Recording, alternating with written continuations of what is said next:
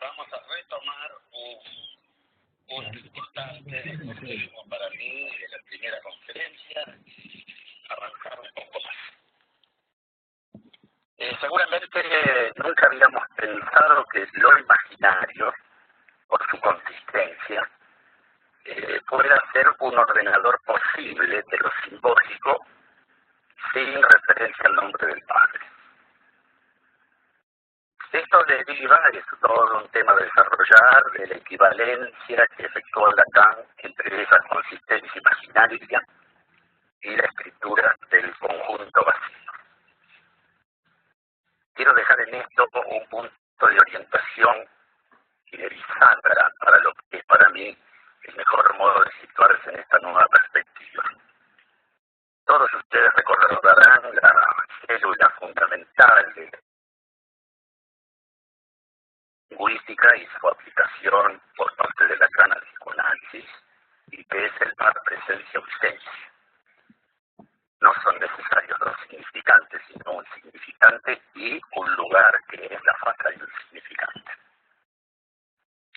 El for da de Freud, que como lo decía Freud, hola. Sí. Hola. Sí, Juan, que yo te escucho, pero Carlos me está haciendo una pregunta. Dime, Raquel. Carlos. Sí. Se dejó de escuchar. A ver. Hola. Yo te escucho, Juan. Ahora sí. Ahora sí, volvió. Sigue, Juanchi, por favor. Bueno, les quería evocar que el Forda, estructura simbólica tan importante, estuviera tan Freud, está descrito en Freud no solo como Forda, sino solamente For y un silencio que circunscribe un lugar. Y en ese lugar se puede después situar un Da que va a hacer diferencia así con el For.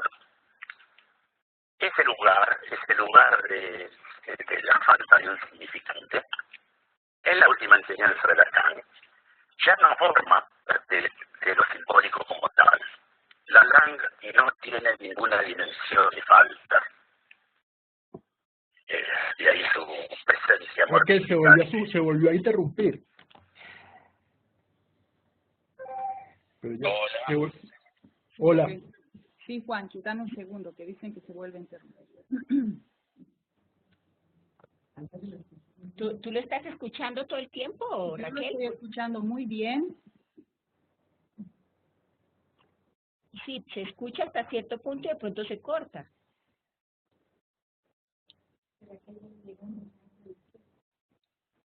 Hola. Sí, Juanchi, sí. ¿Ahora lo escuchan? Sí. Sí.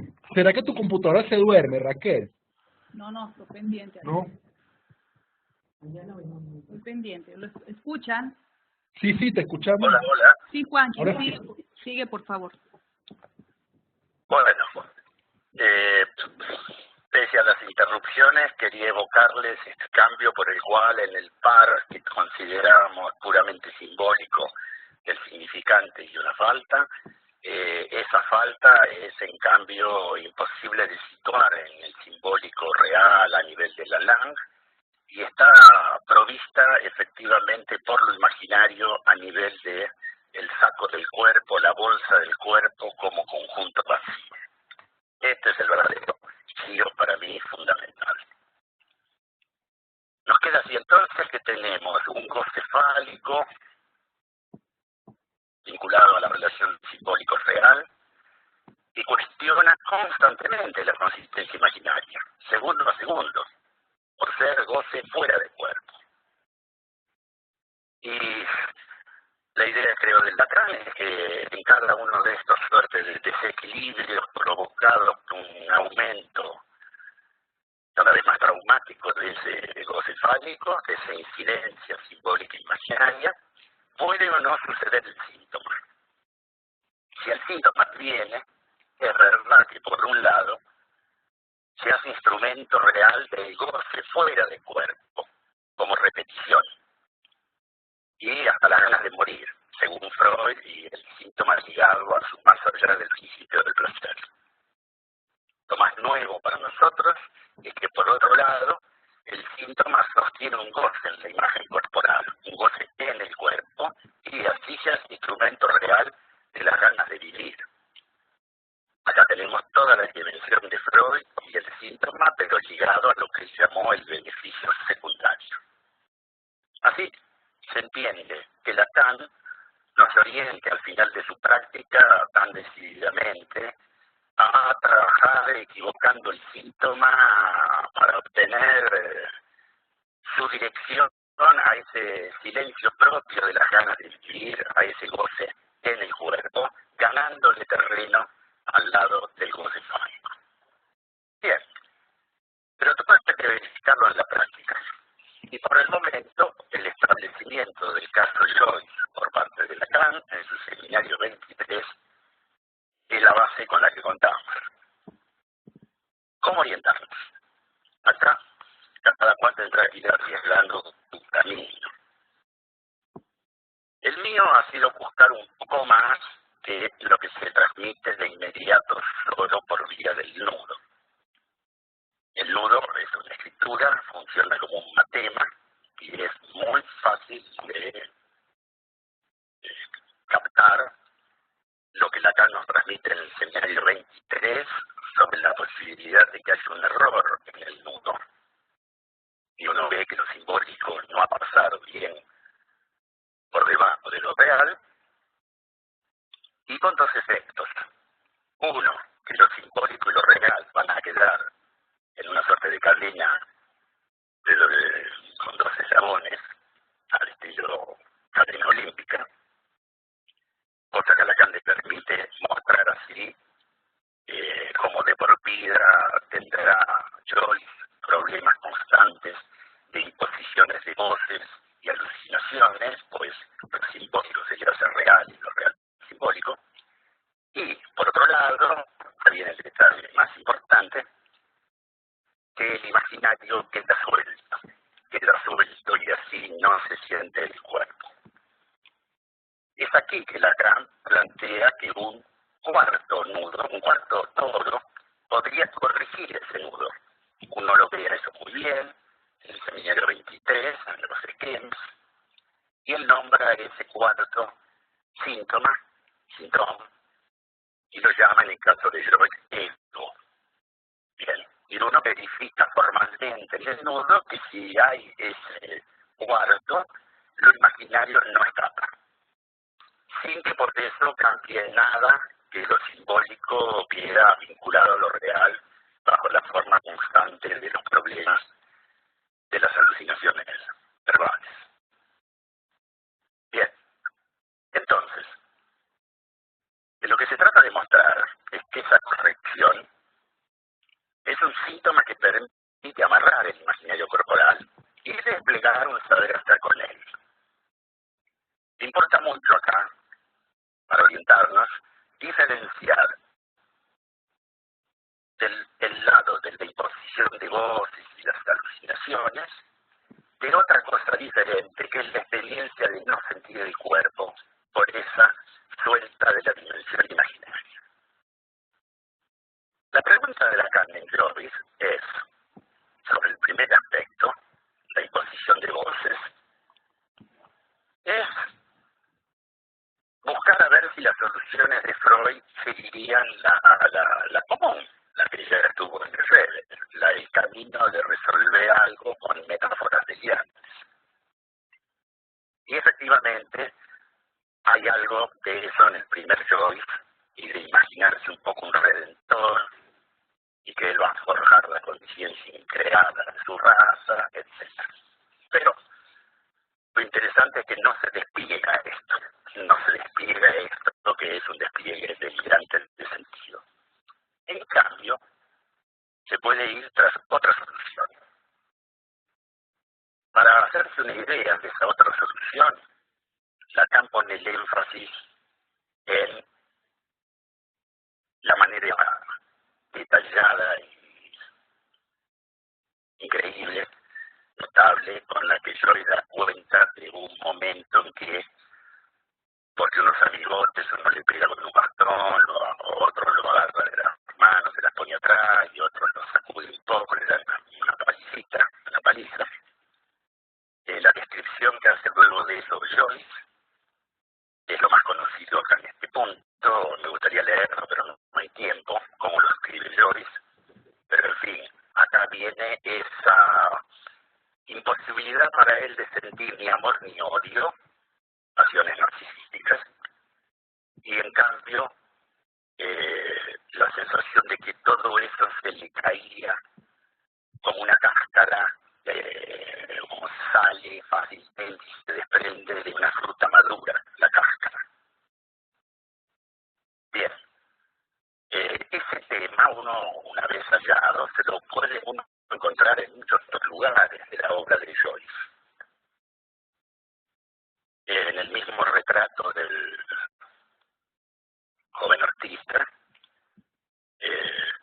él en un momento se describe muy bien, no a nivel de sufrimiento de las voces, sino a nivel de sentirse una cáscara estéril.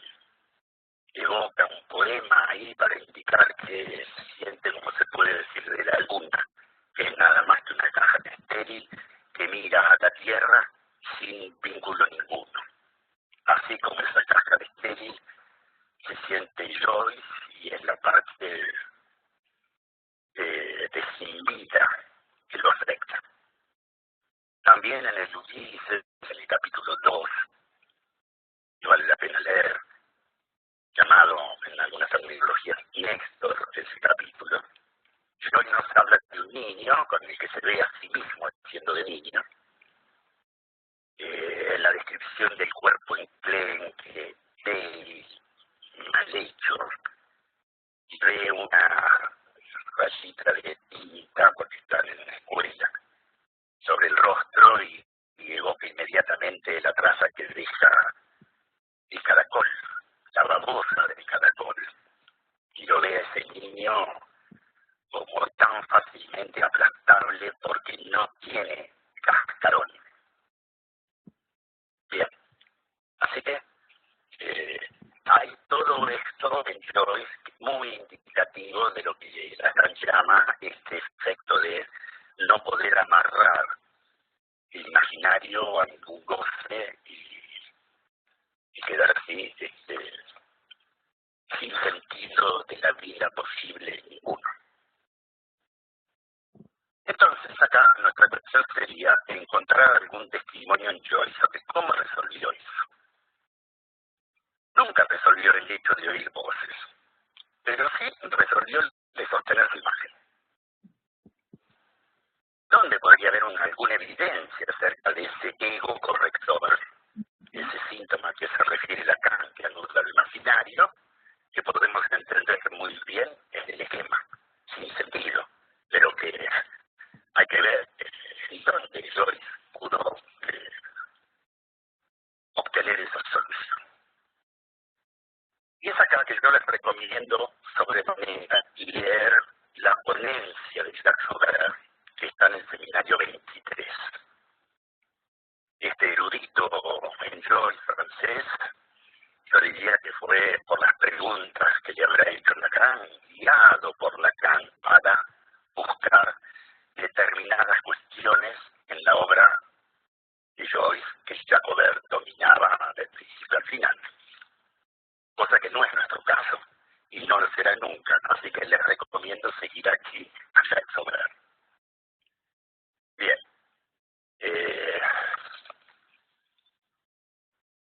no es fácil de seguir. La exposición de Jacques Aubert tiene sus complejidades, pero si uno va a los párrafos que él menciona, apenas contextualizándolos un poco, y uno no trata de perderse en el desciframiento interminable de toda la obra de Joyce, hay algo que podemos seguir y que me parece decisivo. Respecto del Ulises de Joyce, Lacan, en el comienzo mismo, el seminario 23, nos muestra ahí este síntoma de Joyce, que es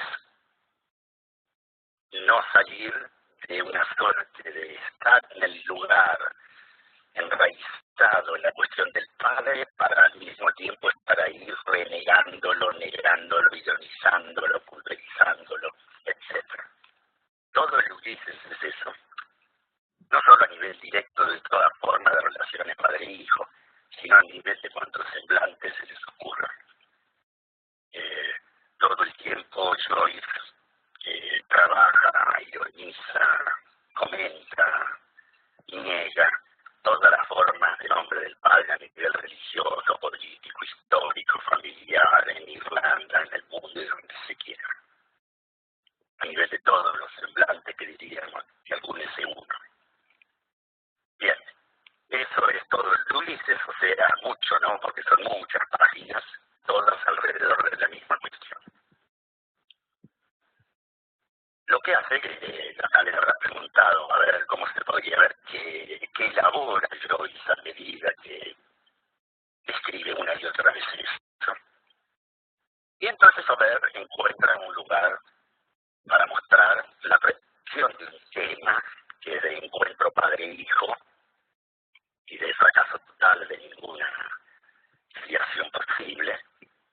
Lo que el mismo Joyce llamaba arreglos retrospectivos. Es decir, que retomaba un tema al escribirlo, pero lo escribía de una manera un poco diferente a como lo había hecho la primera vez. O ver los momentos de estos, y esto permite una comprensión vinculada a ver cómo, con un trabajo significante, que puede poner en juego o poner una coma que antes no estaba, o quitar cierto tema que antes estaba y ahora no, etcétera. Hay que verlo esto en detalle. Se ve como cierto vaciamiento de la parte más perturbadora del goce en ese lugar frente a la forclusión. Todo esto nos da datos de algo más conocido para nosotros, este trabajo significante en la línea de cierto vaciamiento del goce. Pero hay un resto, porque todo ese constante trabajo muestra una dificultad constante que está del otro lado, del lado de esa caída del imaginario, al lado del baboso sin cascarón, del lado de una dificultad para Joyce de sostenerse en algún derecho a existir, a crear, a tener alguna certeza. Y es aquí la parte que me parece decisiva para nosotros. Pasando a este tema, encontrarán en esa ponencia de Jacober un pasaje que tienen que estudiárselo al detalle, en el cual es el capítulo en el que Joyce, digamos, bajo la forma de su personaje, de la luz, se encuentra en una sala de redacción de periodistas. Ahí hablan diferentes personajes, pero de pronto hay uno, un tal J.J. O'Malley, que anuncia que va a contarles la mejor defensa que se escuchó en un juicio por parte de un abogado. Encontraron los datos de que este J.J. O'Malley vuelve a repetir con las dos J, las iniciales de James Joyce, del padre de Joyce, John Joyce. El abogado que había hecho la maravillosa defensa tiene un apellido que equivoca con el término arbusto o zarza, que evoca el lugar donde supuestamente la voz de Dios había reintroducido la ley para Moisés. Bien, todo eso en el tono más irónico, si quieren, como una especie de pantomima de esos elementos.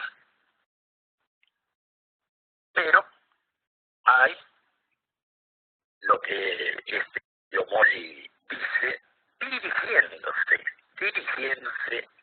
a Joyce. Dice que este abogado, él recuerda cuando hace esa maravillosa defensa y hablando de la ley,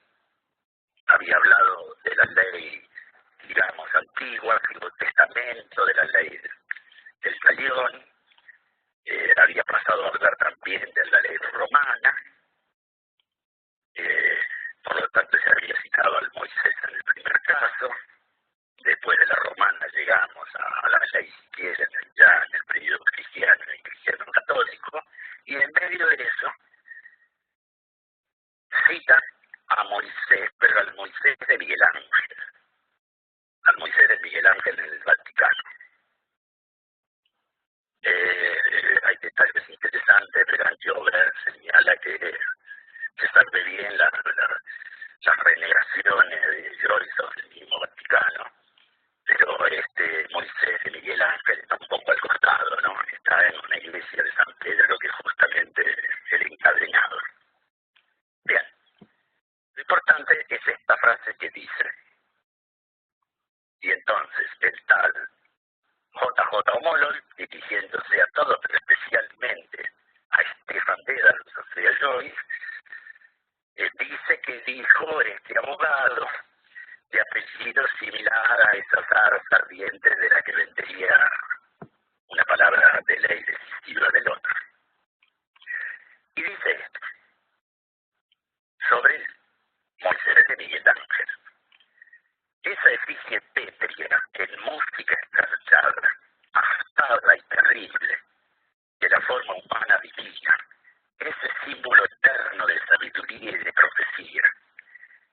Si algo hay que la imaginación o la mano de escultor haya tallado en el mármol, como alma transfigurada y como transfiguradora de almas, que merezca vivir. Eso merece vivir. Recuerden que todo esto lo inventa el mismo Joyce escribiendo, ¿no?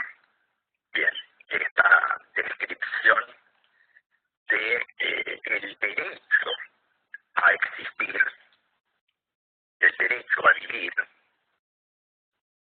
por el arte, no por la ley.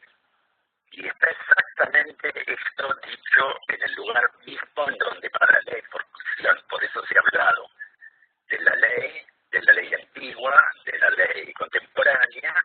Todo eso en Joyce es una increencia, pero en el medio de eso además su Moisés, por decir así, y que es el de una creación retórica, poética, literaria. El que lo dice, como Lloyd, termina con como dice, escribe Lloyd, con su grácil mano, con un ademán, agradeció el eco y la caída de tono. Hay uno ahí que dice que elegante, del otro que dice es una divina inspiración. Y como lo se dirige a Joyce, y le dice, ¿le gusta? Y acá tienen que la descripción de Joyce. Stephen, cortejada su sangre por la gracia del lenguaje y el gesto, se sonrojó. Bien, eso verán que le permitió recorrer además otros momentos de este efecto del cuerpo que es un sonrojo, un ponerse colorado si quieren, un poco de arrebato. Ha habido otro, en una descripción en cambio en el retrato del joven adolescente, que es un pasero, lo acompaña Joyce Stefan a su padre, a recorrer lo que había sido el pueblo del padre, todo esto en el clima de la mayor increencia de uno para con el otro. Va el padre de Joyce a buscar sus iniciales grabadas en el colegio, y Joyce se sienta en uno de los bancos y lee escrito en el pupitre, como se suele escribir en los pupitres, bueno, repetidas veces con alguna cortapluma, la palabra feto. Es además el aula donde se daban clases de anatomía. Y cuando ve la palabra feto en estas coordenadas, sufre un sacudón tremendo del orden de visiones, alucinaciones, de las que sale caminando y se dirige hasta ver muy de cerca esas iniciales del padre, y en las iniciales del padre pone y protege, y que no lo vean, ese sonrojo que siente en el cuerpo, y que es feto en el sentido de vida, el feto merece vivir. Esa sería la fórmula del síntoma de Freud. De Freud, perdón, de Joyce. Vemos entonces que el síntoma es un acontecimiento de cuerpo. Él ahí siente el cuerpo como artista. Es impresionante decirlo así, que el lenguaje poético corteje a la sangre, ¿no? Y que al protegerla esa sangre responde dándole color al cuerpo, llenándolo de cierta vida. Eso es lo que obtuvo Joyce con la certeza suya de ser artista. Lo que la capa llamada ese ego, después su juego de palabras francés, a su art grail, y sería su arte orgullo. Bueno,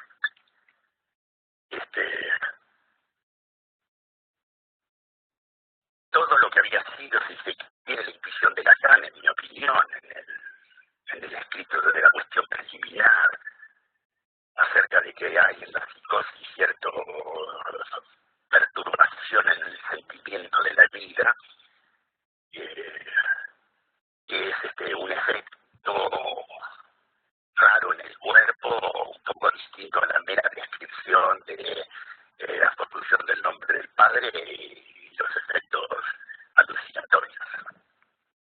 Es una cosa más difícil, más íntima, más como fuera del lenguaje. Eso que se perturba o no se perturba, yo creo que eso Lacan le da en el nudo y por la recuperación otra de la dimensión imaginaria, este lugar que podemos ver en Joyce. Podemos siguiendo ya poder, que estaba guiado de la mano por Lacan, el instante en que Joyce arma su síntoma y que tiene que ver con un goce en el cuerpo, obtenido no por un ideal de yo, obtenido por su certeza sintomática del artista. Y es lo que va a emplear toda la vida la sabia ser como artista. Y lo hace porque mientras lo hace, él tiene cuerpo y tiene suficiente gusto por vivir. Bien. Resumamos un poco esto entonces. Lo que quería indicar, porque me parece que hay entre nosotros un cierto vacío al respecto, es que solemos, incluso para el caso de Joyce, pensar que el síntoma está del lado del solo hecho de que escribió y que de ese modo se protegió un poco del delirio completo, de la alucinación de voces. Pero es una cosa mucho más precisa, no es eso, sino cómo alguien puede, por ejemplo, escribiendo, vaciar un poco el goce simbólico real. Hay que tener para eso un cuerpo, eso es lo decisivo, y él se lo hace como artista y no se le escapa en sus descripciones que no es artista por una identificación simbólica. Es una persona que dice, no sé qué hacer en el mundo, bueno, me parece que me gusta, así que voy a ir a la Escuela de Bellas Artes y después me identifico con eso y me presento ante el mundo como artista. Me presento ante el mundo como artista, pero no me es ningún acontecimiento del cuerpo. En Joyce, en cambio, esa certeza de artista y artífice de su posición en la vida, sin moverse de ahí como un santo en cierto modo que no hace sino trabajar y trabajar eso, se ve muy bien que es acontecimiento de cuerpo y goce en el cuerpo. Incluso Lacan podrá decir con su Joyce era un poco, tenía un orgullo ahí, hasta puede considerar que puede ser a veces un poco excesivo, demasiado narcisista. Bueno, no interesa. Yo tampoco se deliró con que él fuese Miguel Ángel de la nueva literatura, pero sí tuvo la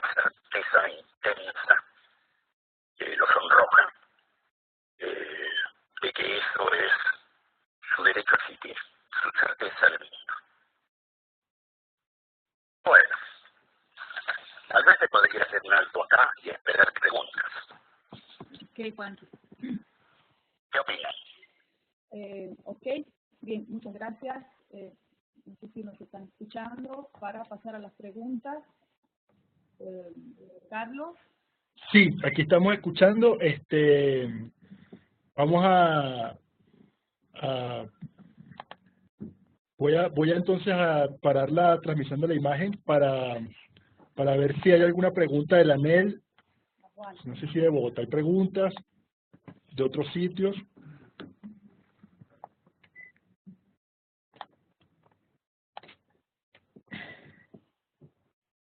No tengo todavía ninguna pregunta, Raquel. Yo tengo una, Juanqui. Ok. Sí, es sobre las Ok. ganas de vivir, Bueno, ganas de vivir cómo se articulan las ganas de vivir con el acontecimiento de cuerpo. Porque entiendo que en el caso de Joyce el síntoma no está solamente del lado de la escritura, sino del cuerpo que tiene, de algo que le acontece en el cuerpo. Y como dice Lacan en el seminario 23, hay que tener un cuerpo para gozar. Entonces mi pregunta es, ¿cómo se articula el acontecimiento de cuerpo con las ganas de vivir? ¿Cómo entendemos esto en psicoanálisis? Bueno, el aspecto de acontecimiento del cuerpo que traté de precisarles, tal como lo ubica Jacob en la obra de Joyce, es simplemente el acontecimiento que de pronto aparece un goce en lo imaginario, en el cuerpo. Y eso es lo único de fondo real que hace que se pueda tener ganas de vivir. Un goce en el cuerpo. Se pueden caer todos los otros motivos de los ideales, etc. Si va desapareciendo un goce en el cuerpo, las cosas van mal. Va a quedar una orden de muerte al final, porque lo simbólico sigue el alarme, mortificando el cuerpo. Entonces, yo veo una equivalencia perfectamente entendible entre ganas de vivir y el simple hecho de que uno sienta goce en el imaginario corporal. Es además indecible, está fuera del lenguaje. No podría darse fundamento, no son ganas de vivir por un principio, no son ganas de vivir por una elucubración, no son ganas de vivir porque entendí la Santísima Trinidad o la teoría del síntoma de Lacan, y entonces ahora tengo ganas de vivir. No, es invencible, es una dicha, una alegría en el imaginario corporal. Lo que obtiene Joyce con su ego, que le aconteció en ese lugar sentir eso a nivel artista. O sea, no es la mortificación de la Lacan ni del narcisismo, es unas ganas de vivir de lo imaginario que no tiene que ver con la imagen, sino con el cuerpo, con el acontecimiento del cuerpo. Bien. También. Sí, es preferible ponerlo del lado del narcisismo, si se quiere. Raquel, tengo preguntas de Cali y de Guayaquil. Ok. Le doy la palabra a Guayaquil. Hola, Guayaquil, ¿escucha? Hola, ¿me escuchan? Sí, sí. Ya, un ratito. Adelante. No, le voy a hacer una pregunta.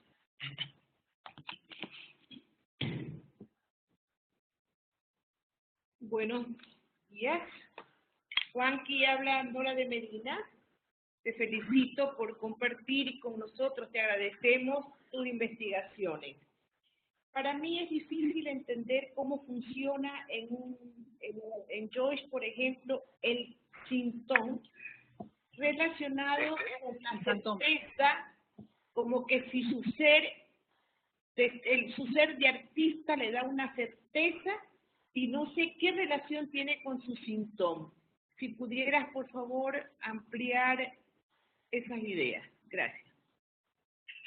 ¿Seguimos con Cali de una vez y después él contesta o contesta una por una, Raquel? Me parece que va a ser mejor una por una. Sí. Perfecto. Raquel, por donde lo tenías ahorita, que está más, se escucha mejor, más cerca del micrófono. Sí, sí. Sí, Hola. sí, Juanqui. Respondo entonces a Nora de Medina. Sí, por favor.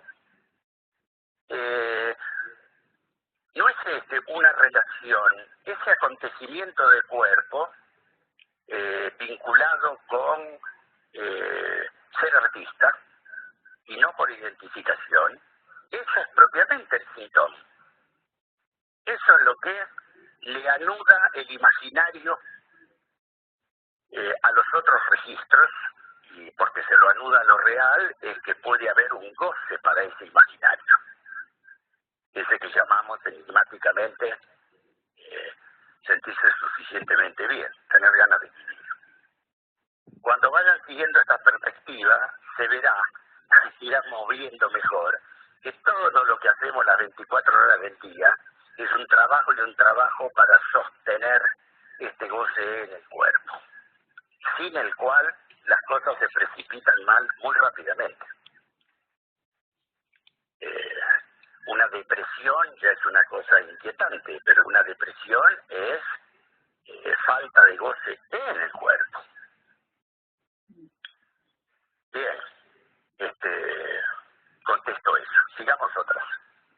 Gracias. Muy bien, le doy la palabra a Cali. Carlos, hola.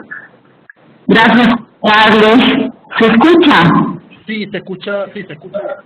Bueno, muchísimas gracias por esta segunda conferencia y por esta perspectiva que realmente es muy novedosa. Habla María de los Ángeles Morana. Quería preguntarle, quizás es repetitivo, pero es de lo novedoso de su planteamiento. En el Ulises, Joyce habla del artista que teje y desteje la imagen. Pero usted acaba de decirnos que no es que Joyce se identifique a su escritura, que es de otro orden lo que ocurre. Mi pregunta es, frente al goce mortífero que aparece en los escritos de Joyce, hay referencias a ese goce mortífero, a esa desvitalización. Entonces, lo que reintroduce la dicha de vivir es el acto, el trabajo de escribir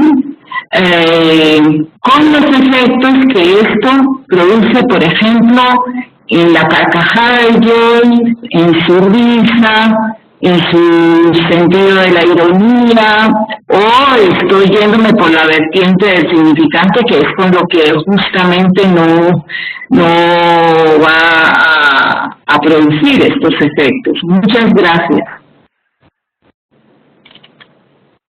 Juan. Sí, muy bien. Creo que en el párrafo que leí, tómenlo ustedes, está en el Ulises y está citado por Shakespeare, es el propio Joyce el que nos enseña lo que él sintió. Pero no lo sintió de emoción de amor al Padre, no lo sintió por amor a Moisés ni por amor a Cristo, ni por amor a la causa freudiana. No, lo sintió como un efecto de lenguaje que le corteja la sangre y lo hace colorearse, vivir. Tiene que tomar lo que describía como sonrojo, como lo que decimos cuando decimos que alguien está muy pálido, está con poco goce en el cuerpo. Y que cuando toma color es porque ha habido un cierto arrebato, una entrada de un cierto goce en el cuerpo. Eso es lo que me parece fundamental. La palabra artista nos puede engañar mucho porque todos hablamos de eso en términos simplemente de un rasgo de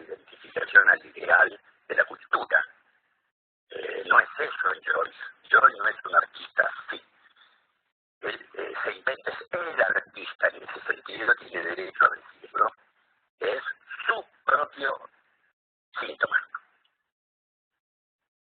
Bien. Bien. Otra. Tenemos a México y después a Bogotá, Raquel. Sí, por Voy favor. con México. Una por una. México. Hola, buenos días. Muchas gracias, Juan Carlos Sindar, por el trabajo que nos brinda. Quisiera preguntarle, ¿es posible que abunde usted al respecto de esto que percibí? Noté como una diferencia que hace usted al respecto de la certeza, como si hubieran dos formas de certeza. La certeza articulada con el nombre del Padre, donde podríamos decir del lado de lo simbólico que produce una cuestión, podríamos decir todo el edificio delirante, y por el otro lado es así, hay una certeza que tiene que ver con el cuerpo, que está más del lado de algo de lo real en el cuerpo. ¿Son dos formas de certeza? Gracias. Sí, perfecto, muy buena observación.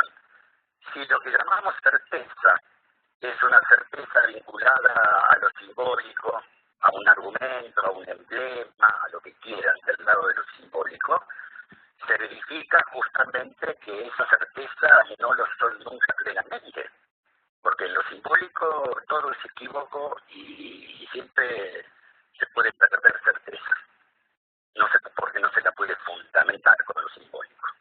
En cambio, hay una certeza que no necesita argumentos, no necesita palabras, porque proviene de un acontecimiento en el cuerpo. A eso me refiero con certeza o con creer. Cuando Lacan dirá, esto nos va a ayudar, cuando Lacan dice en el síntoma, la cuestión es creer ahí, en el síntoma. Bueno, eso se refiere a una creencia que es una creencia en el síntoma como acontecimiento del cuerpo y como el modo real que tiene cada uno en el fondo de sostener su vida. Muy bien. Siguiente, por favor. Carlos, otra pregunta. Sí, vamos con Bogotá. Clara tiene una pregunta aquí. No tienes que... Bien, Juanqui, quería retomar una pregunta que nos dejaste precisamente en la conferencia anterior y que alude a la posición del analista, ¿no? Y era cómo conseguir, lo es textual lo que estoy leyendo de ti, cómo conseguir hacer sentir que hay un deseo auténtico para con un sujeto, con un efecto de goce que no es encefálico, sino en el cuerpo, que es precisamente lo que nos has mostrado con Joyce. E insistía en cómo conseguir con la interpretación que de pronto pueda producirse ese efecto. Parece que esto nos aterrizaría un poco en nuestra misma práctica, poder pensar cómo se puede producir o hacia dónde tendríamos que pensar el acto del analista. Sí, pero es muy difícil de simplificar el tiempo porque solo es una cosa evocable, ¿no? El mismo Joy dice, no sé, la cortesía y la gracia de esas palabras. Yo creo que les he suministrado el ejemplo que nos da Susana Mel de una interpretación de Lacan que se reviene del síntoma articulado en el significante gestapo, su dirección a la repetición del goce fálico y una equivocidad que lo lleva, en cambio, en Susana Mel a sentir un goce en el cuerpo. No importa cómo se llame, de ternura, bueno, si quiere decir, se puso narcisista porque Lacan la acarició, no interesa, pónganle las palabras que quieran, está fuera de las palabras. Y así que muy difícil, no podemos hacer recetas de eso. Pero es importante reconocer que eso es decisivo. Lacan, en términos de lo que se puede lucubrar teóricamente de esto, seguramente será importante cuando tiene que corregir un poco la mera idea de la interpretación como equívoco, que está muy bien y que prosigue, pero el equívoco no garantiza siempre que no vuelva a incidir en más goce fálico. Y que la búsqueda encontraba entonces cierto efecto poético en un sentido de poesía oriental, china, para transmitir ese inefable, esa dicha en el cuerpo silenciosa. Más no puedo decir, pero debemos ir de a poco evocando e interesándonos en eso, en las interpretaciones. Gracias. Bien, tenemos a Edwin Gijena de Bolivia también con una pregunta. Le doy la palabra ya. Edwin. Sí, gracias. Juanqui, has hecho referencia en Joyce que hay un goce en el cuerpo y esto tiene relación con las ganas de vivir. Lo que quería preguntar es qué relación tendría esto con la idea de Lacan que plantea en la tercera sobre el beneficio secundario, que indica que no es del lado fálico del síntoma. Bien. Sobre este tema, además, donde podemos hablar de efecto vivificante, de ganas de vivir, que venían en ciertos comentarios de psicoanalistas de nuestra comunidad, pero hay que recordar, por eso puse énfasis en esto, que el instante donde el efecto del acontecimiento del cuerpo hace decir merece vivir y merece vivir su obra, son palabras de Joyce. Joyce nos da esas palabras y en más de un lugar. Bien, la segunda parte que es importante que me le he olvidado ahora.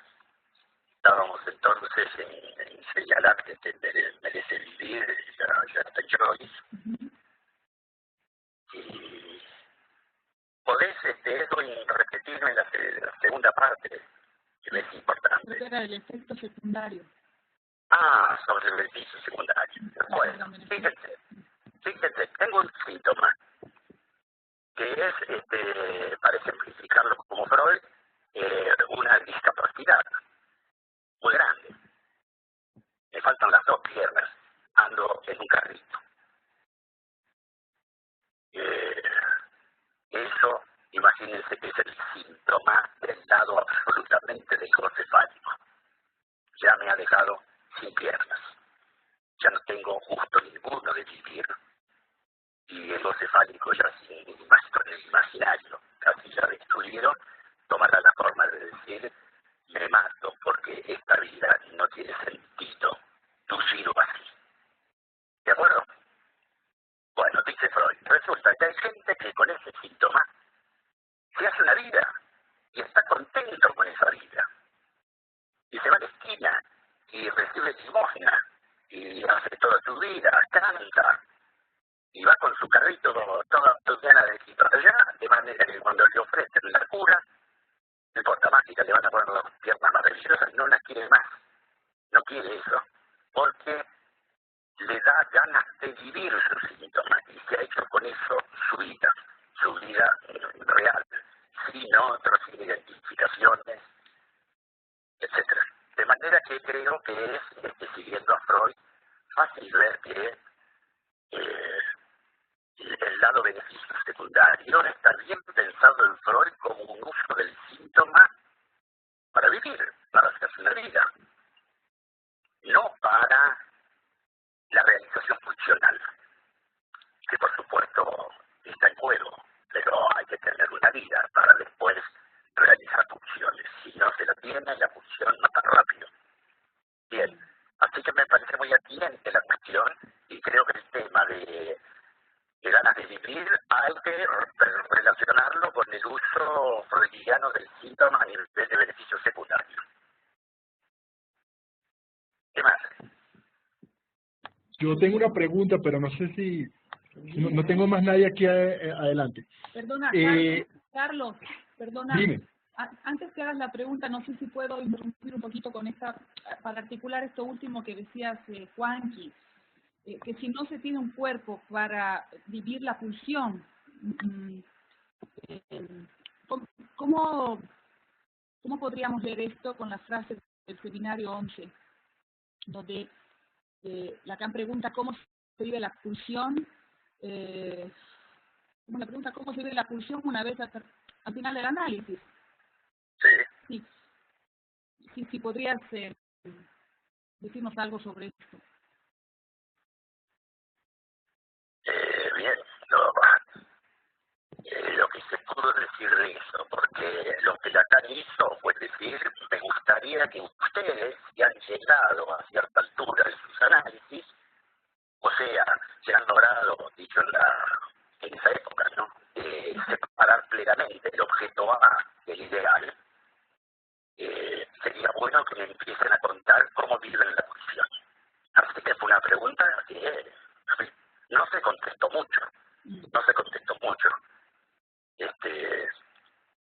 Se llegó más o menos a decir que, bueno, sería sin represión y sin excesos, para un goce pulsional llamado suficiente, obtener ese suficiente, pero a nadie le quedó muy claro cómo podía ser eso. Pero también es cierto que en el mismo lugar de donde se dice cómo vive la pulsión, dice Lacan, en esa separación podríamos tal vez pensar de una manera nueva el amor, no ligado al nombre del Padre, sino en su límite de otro goce, que es exactamente la característica de este goce en el cuerpo. Así que yo creo que progresaríamos a la respuesta en lo que yo indago en el último Lacan, que es desde un goce en el cuerpo que la satisfacción pulsional se vuelve suficiente y sin ataduras a ningún ideal, y que se puede estar más en la pulsión y seguirla sin represión, sin miedo, sin angustias, sin estar diciendo me va a caer mal, me va a caer bien, está prohibido, me da culpa. Todo ese aparaterío del nombre del Padre, que es dedicado a sofocar la pulsión, porque la pulsión se vive en lo que es, mortífera. Pero si se tiene cuerpo y el síntoma es manejado siempre en el sentido de obtener un goce en el cuerpo, entonces creo que podría haber testimonios de ese empleo de la pulsión vigente. Gracias.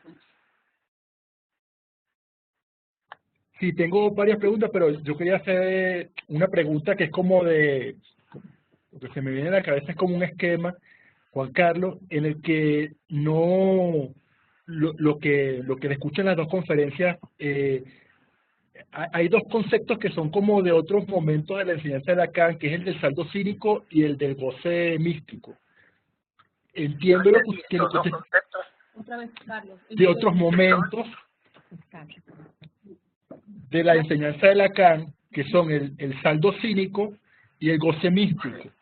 Saldo cínico y goce místico. Entiendo que lo que usted dice no es ninguna de esas dos cosas, pero quería ver si usted me podía dar alguna luz sobre la relación entre lo que usted dice y esos dos conceptos.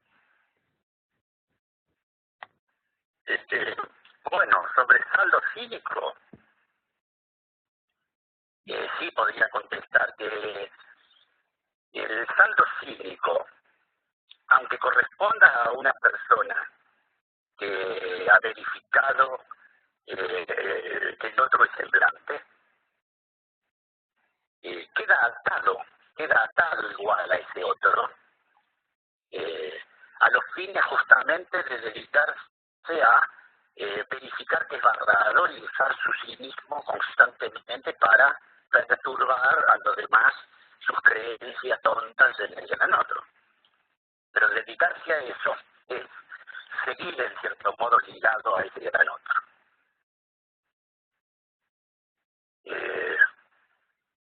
Se entiende que puede ocurrir esto, pero que no era en Lacan para nada lo que le parecía de buena salida en el caso del análisis, donde no hay otro, pero no se goza de que cínicamente de que no haya otro.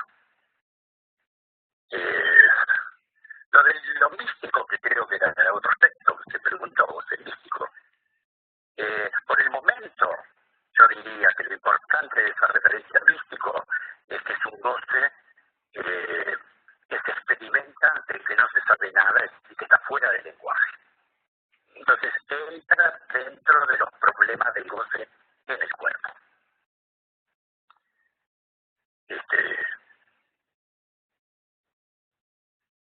Por lo demás quiere decir eso el término, ¿no? Que es misterioso, indecible. Bueno, pero se ha hecho, como eso está asociado a algunas santas o santos, que supone eso toda una problemática particular especial, es un término más difícil de usar. Pero digámoslo popularmente, cuando una persona anda alegre de sí misma, con cierta dicha, contenta de su cuerpo y de vivir, podríamos decir que está un poco mística. Bueno, bien. Muchas gracias. Tengo a Santiago. Tengo a Santiago y a Noemí Sinader, y yo creo que ya vamos cerrando. Raquel, tú me dices. Sí, uno por uno, por favor, y después... Sí, voy a abrirle a Santiago. Hola, Santiago, tienes el micrófono.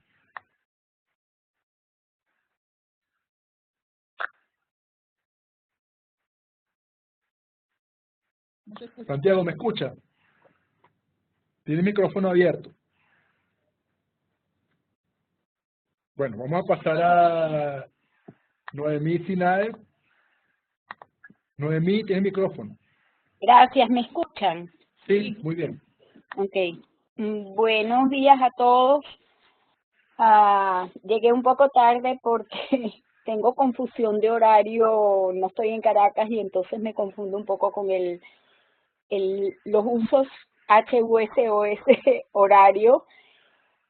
Pero quería retomar el ejemplo que tú diste, Juanqui, que de lo que pude escuchar de tu seminario y de la respuesta a las preguntas, me ha parecido verdaderamente esclarecedor en relación al primer seminario y sumamente importante y bien, te agradezco tu seminario. Quiero volver al ejemplo que tú diste de aquel que da Freud, el que no tiene piernas. Y sin embargo, puede hacer con lo que la falta o el agujero allí presente, hace algo para tener esta alegría de vivir.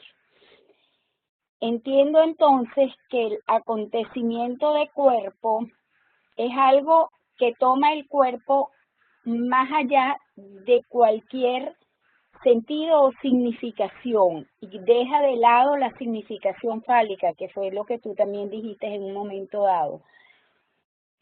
Pero me hacía la pregunta, ¿cómo es esa experiencia de cuerpo para alguien en estos casos como el que da como ejemplo Freud? No sé si mi pregunta es suficientemente clara como para... Si quedó claro lo que estoy preguntando, ¿no? Sí, pareciera más bien una pregunta sobre cómo puede ser. El ejemplo de Freud de beneficios secundarios me parece muy interesante para entender la cuestión, porque desde el punto de vista en general de los ideales del yo y de la cultura, nadie tiene el ideal de ser tullido. Y lo que Freud nos muestra es que una persona podría llegar, en cambio, a preferir ser tullido a que te ofrezcan una imagen corporal normal a nivel del gran otro, curándolo. Y dice Freud, esto es rarísimo, es extraño, pero va a preferir sus síntomas. ¿Por qué? Porque le ha obtenido, lo emplea para mucho goce secundario, de beneficio secundario, que la otra vez en broma le decía, es como si dijera, ¿para qué quiero ser normal y entrar en tantas problemáticas que me hacen sufrir cuando yo así estoy libre, no tengo tengo que pagar impuestos, estoy fuera del sistema, la gente me quiere, me conoce, canto todas las mañanas, estoy mucho tiempo al aire libre, etcétera, todo lo que puede decir un tullido mendigo, un mendigo contento con su vida.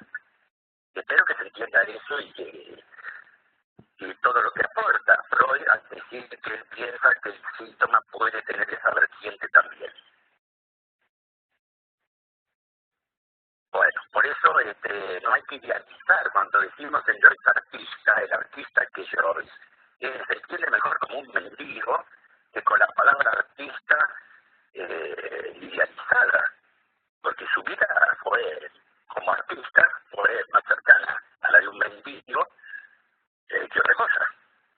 Y aquí para allá, y con las dificultades de vender y que se den mucha limosna, y poder así sostener su vida. Bien, espero haber ampliado un poco más ese tema. Sí. Santiago tenía una pregunta.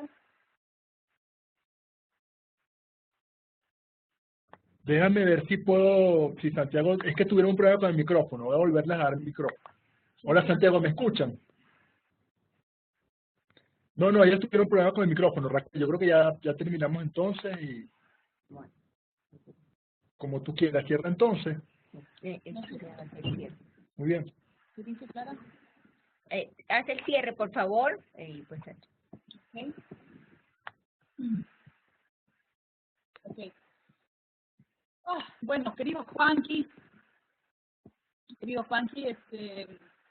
primero agradecerte por la paciencia con los temas técnicos que implican a veces este tipo de conexiones que tenemos en nuestra escuela, pero que también... Bueno, pero al final hablamos bastante. Una conversación. Sí, una linda conversación que nos vivifica y nos deja con muchas ganas de seguir trabajando. Han sido dos